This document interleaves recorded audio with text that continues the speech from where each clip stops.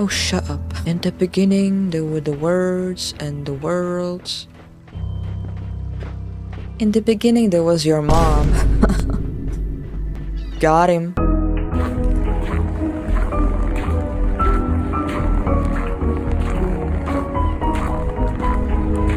Hey, welcome to Stacy Court.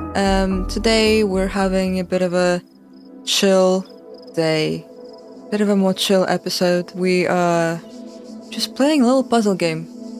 And the puzzle game is called the Talos Principle. Originally recorded another episode of Water Park Simulator today. I don't know, I just wasn't feeling like it was that entertaining. But yeah, I just felt like I was just doing chores for 2 hours. Then I thought I still wanted to record something today that was like fun and enjoyable. We're gonna play a little bit of Talos Principle. I also started playing this game on my own. Like, I don't know how much I'm into the game. I'm not that far in.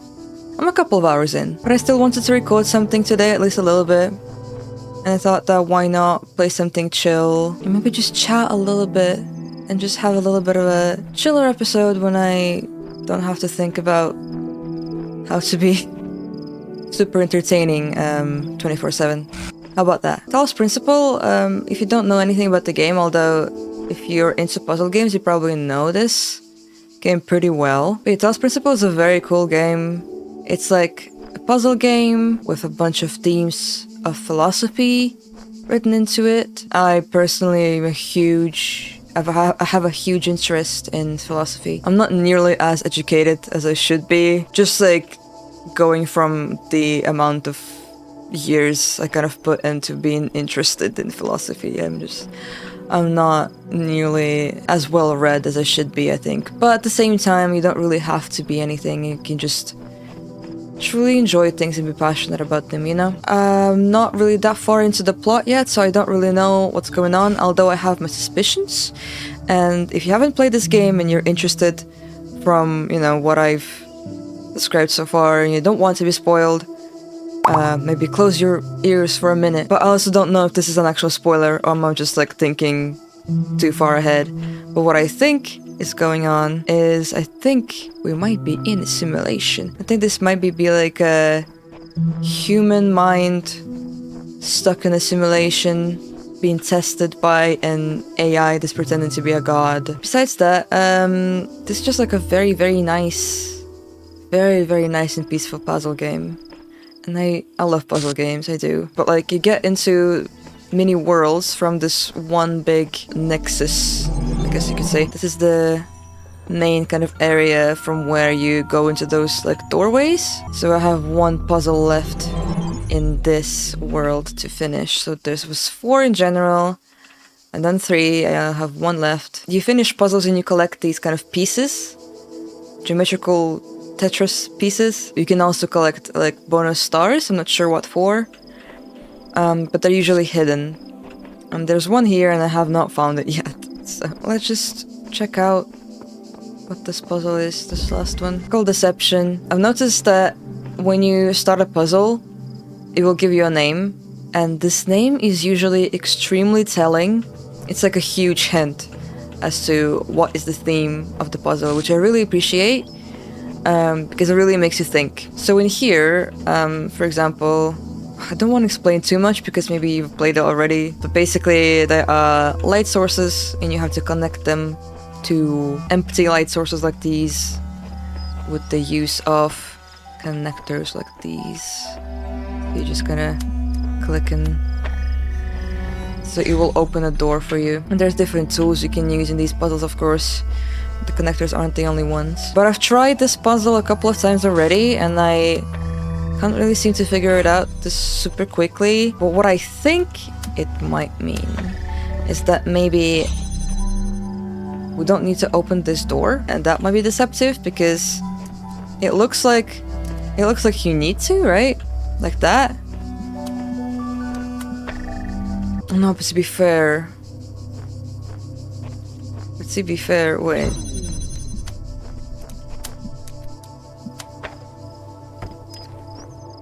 See, very easy to cover the laser beam with something else, like a wall or something. So the laser beam just kind of stops and struck, and it doesn't go all the way through. but this is where we need to go. So I was thinking that maybe one of these doors don't have to be open at all. And yeah, the laser beams, different colors, cannot intersect either. So there's like... yeah, there's some of the puzzles with these laser beams. God, they were tangly, that's for sure. I'll tell you that for free. Also, the previous episode that I posted last week of Water Park Simulator, the quality on that bitch is so bad. I don't understand exactly why, dude. I don't get it. Must be something either with the bitrate, although my bitrate is very high. Maybe I exported it wrong, but it just looks like ass. Looks like ass, my dude. Not really sure why, and I really hope that it doesn't happen to this video too. Being a YouTuber is hard. Nobody tells you that. Nobody tells you how hard it is to make videos about games on the internet. Well, what about this thing though? There's a little platform here. I think that's... has to be there for something, right? So now there's a bit of an empty space here, so the red and blue won't intersect. So that makes me think. Sometimes when you rotate, you can hear the character like footsteps. The character's footsteps. It freaks me out, dude. I feel like there's someone here with me. And spoiler, there kind of is actually. There was a moment here that in the game, not in this chapter, but I think it was the second one, where I'm just walking around and all the freaking nowhere. Mind you, no one ever appears in this game before, besides you and the voice of the god or whatever. And all of a sudden, some kind of freaking like blue apparition appears and just like looks at me and then runs away and hides and disappears. With no sound, no nothing.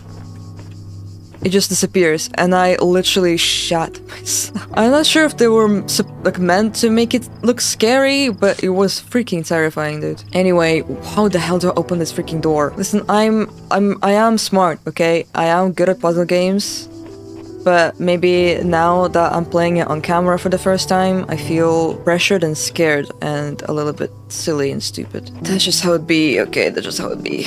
Deception. What can be deceptive about this? That I don't need this door, maybe? Because why else do I need this door? I don't really need it. Alright, we got some blue over here. We got some blue over here. Oh, wait. Oh, freaking easy peasy. There we go. Yeah, I was right. Yeah, I was right. We don't need this door to be open at all. We don't need to waste our energy on that. And that was the deception. Wonderful, I did it. Okay, yeah, this world is finished now. Hell yeah. Did you hear that?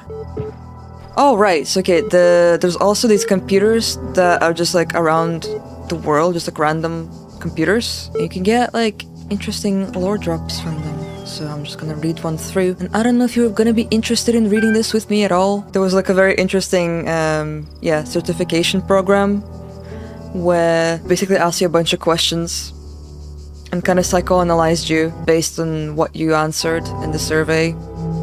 And I'm not sure how many answers there are for the survey in the game, but I read mine and I was like, is every player given the same answer or no? Because mine was like suspiciously scalding, I would say. It was like reading me. Also, so I already did this one. I already did this puzzle, but I can hear a computer in here somewhere. And I could not find where the computer was. I could not find it, dude. Is it supposed to be hidden or... See, like I don't even know that. Is it supposed to be hidden? Am I supposed to find it? Is it up there? I can't find the star either, so... we might just need to move on. See, even like the binary code that kind of hovers around the teleportation paths, like binary, right? So... is this all virtual? Like, am I just like a human consciousness that's stuck in some like experiment or something? And I love that every single like world you go in of different skyboxes. I love that.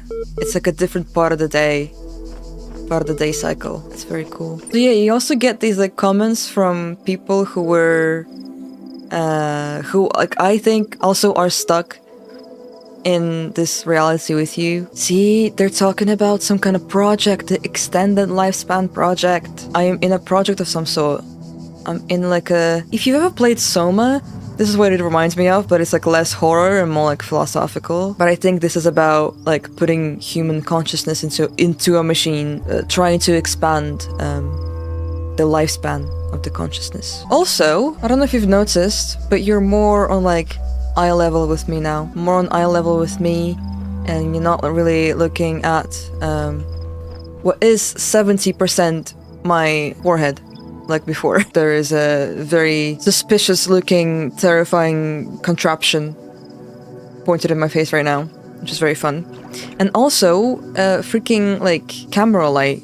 Can you imagine that? I'm taking this so seriously, you can't even imagine. But yeah, I'll put a picture on the screen. Okay, so let's start with the easy puzzles first, because easy puzzles are pretty easy. Locked from inside. Okay, locked from inside. I cannot open this door because there's no lock on this side, right? Also, oh my god, the music in this game is so good. The music in this game is so good. It's like maybe like one song playing on loop, but holy, I don't know what about it is so special to me, but it's just so nice. It's very somber, but not sad. It's not like, it's melancholy, but it's not devastating. There's a bit of a maze situation happening here.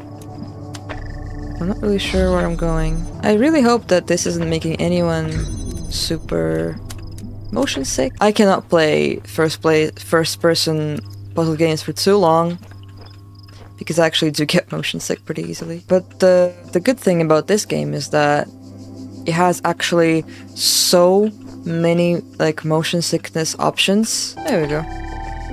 Simple dimple. Pop it squish. Oh, look how nice this is. Like, just listen to the music. And I think it's also just like the background noise of the cicadas. It's constant. If I continue with the theory, or I guess it's not even a theory anymore, that it's like a completely virtual world, kind of makes you feel like that cicada sound was like planted there. Like in the game engine, you know what I mean? Oh, this is such a nice little view. I'm gonna take a screenshot, goddamn. The lens glare too. Oh, I'm gonna take a moment to enjoy this now. You know, I went for a walk today. It was sunny for precisely like an hour today. How crazy is that actually? In January, sun in the UK. A rarity, that's for sure. I was eating my lunch and I was like, oh shit, I want to go for a walk. And then the second I ate like the last portion of my lunch, guess what happened?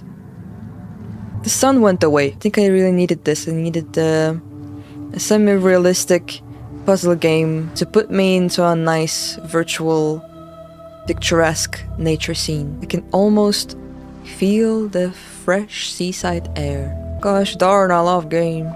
When I play this game, I feel so serene and in control of my life, regardless of how chaotic and full of questions and randomness life is. Where am I going actually? It's crazy that you can just walk around the freaking...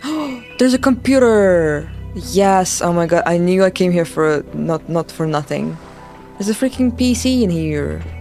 Ooh, interesting. I love Easter eggs, man. I love Easter eggs so much. Interesting. Oh, jump scared by the big scary narrator guy. But yeah, when you get close to the water, it's like you're coming to the end of the world. Where the words end, the world ends. It's like the end of the map, and you can't go forward. But there's like a very interesting way of like stopping you from, you know, going off the edge of the map. Yeah, the first time it happened, I peed myself a little bit out of fear. Every single time I play this game, I feel like my life, even if my life is very confusing, and I have so many questions in my brain. When I read those little messages, I feel like, you know, the meaning is in the fact that it's confusing and difficult. It's not easy to live, isn't it? Let's go do this square one, actually. I'm interested in the square. I love squares. Quite interested in squares. This game is full of lore. Oh god. I hate that. I hate the lore obsession. I hate the lore obsession of a modern gamer. What happened to mysteries? What happened to not over-explaining stuff all the time? I'm really glad that I'm playing this today, actually, instead of Water Park. Just because It's nice to just sit down and talk about random things and not having to think about haha funny all the time. Because I like haha funny a lot, actually. I love haha funny. But sometimes I just don't need that. Boom. The square is mine. The square is mine. There is nothing better than figuring out a puzzle that's difficult and it's took you hours. You can tell probably that I'm getting tired just by... Oh wait, what? What is this? What's this paint for? This paint has to be for something, right? White paint, white paint. What would it be for? Have we seen any white paint anywhere? It's this kind of game where like even the smallest little graphical buffering that you notice, like the blades of grass spawning in, it almost feels like it's done like that on purpose, although it's probably not, but like you just can't help but to read into everything a little bit too much, you know? What is this paint for? Why am I walking around with a bucket full of white paint? What's going on? Oh, shut up. In the beginning, there were the words and the worlds. In the beginning, there was your mom. Got him. Socrates who? At this point, we're just like walking around enjoying the game as if it's like a walking simulator. One of those godforsaken walking simulators that people used to hate so much back in the day. And now everyone's like, oh, it was a classic. Back in the day, I remember that you were salivating at the idea of yapping about how those games were awful, awful, awful. It's not a real game. You're just walking around. What's the point? The point isn't walking around, you doofus. I'm not actually as heated on this topic as I appear to be right now.